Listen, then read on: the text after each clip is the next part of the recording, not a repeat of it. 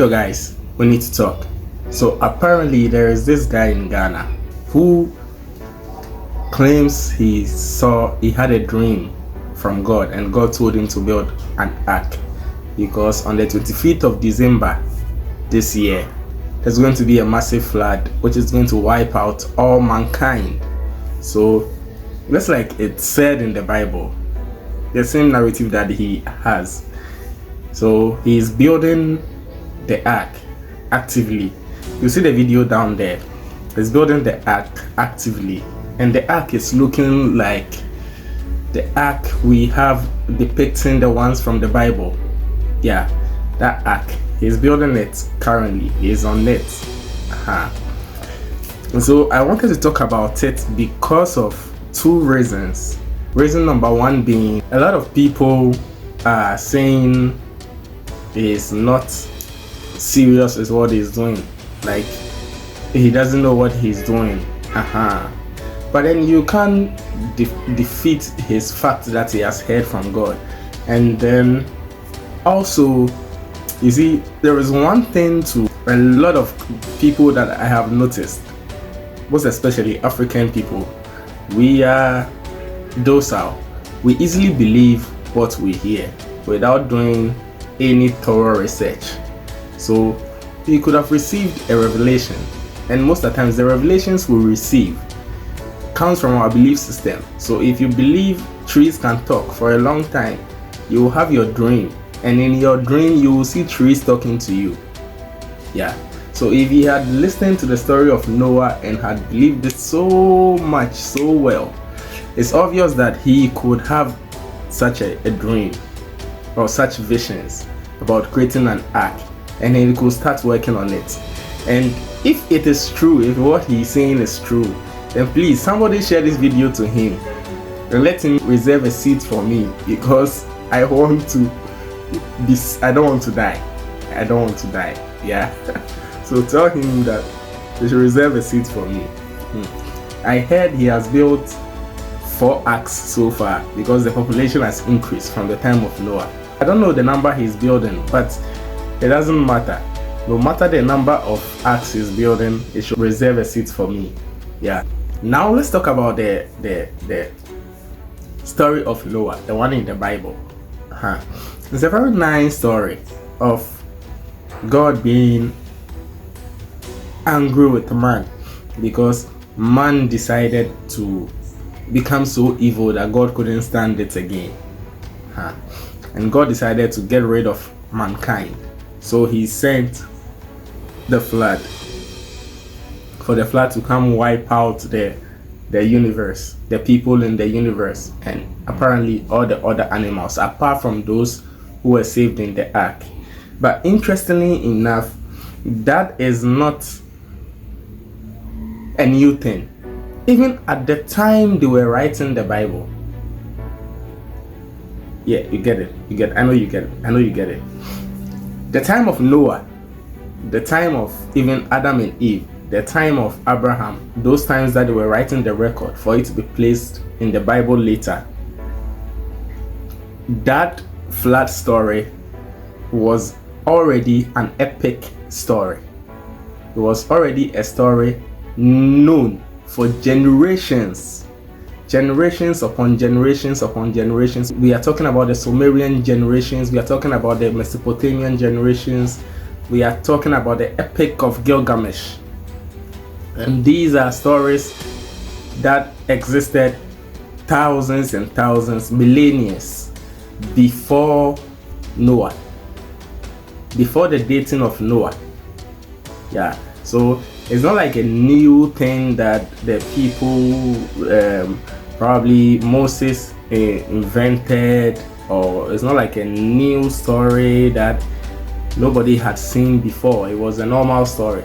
If it had been a new thing, we wouldn't have had all those records which came before them.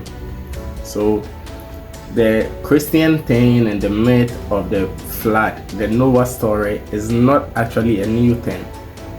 So let me brush up quickly with the epic of Gilgamesh, and let's see the similarities between both narratives. And then we will now decide. In those times, they used to believe in multiple gods, not like a solo god, like a monotheist. They were not monotheists like Christians are, like Jews are, like Islamics are.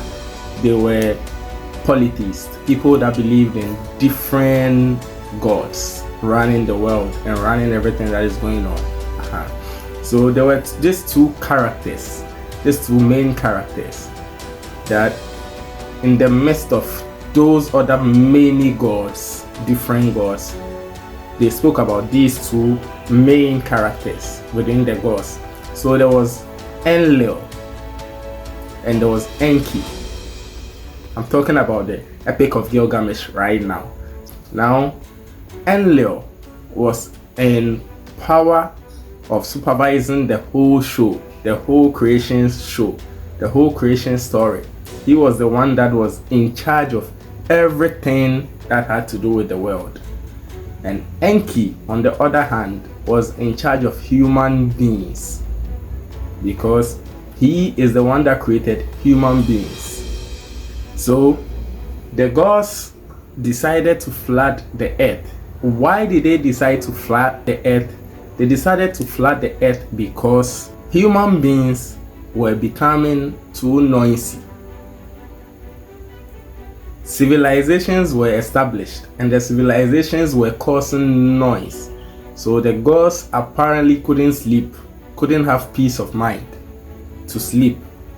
Every little time somebody is praying, every little time they are doing party, every little time they are doing stuff that civilizations do, and it was so noisy. So apparently they decided to reduce the population of the world and probably start afresh. So this is what they did. They decided to flood the earth. But Enki was not in support of that decision. He pleaded with the gods not to destroy mankind. He pleaded with them, his other colleagues, not to destroy mankind. But then he decided to do it anyway, and he had nothing he could do about it. So Enki passed back and came to Utnapishtim. The word Utnapishtim means he who lives, basically transcending to the fact that he was able to survive the flood. So he now had to come to Utnapishtim to tell Utnapishtim that this is going to happen. So create this is going to happen. So create an edifice. An edifice to save yourself, your family, and a couple of people. So that is exactly what Utnapishtim did, and he built up the ark. And then it happened just as they said. The flood came. And the flood came and finished people up. The flood came and finished animals up. The flood came and finished. How can the flood finish the creatures in the sea? But apparently it finished every living thing up. So eventually the flood receded and the ark landed on Mount Ararat, and it translated into the Bible like we have it in the Bible. I'm not here to spoil his vision or to intercede his vision or to do anything that I don't want to destroy. I just want to enlighten. Whatever happens, if we get to die after the 25th, if we get to die after the 25th of December, we get flooded. Everybody gets flooded. Then it's the will of God. Who are we to stand against the will of God?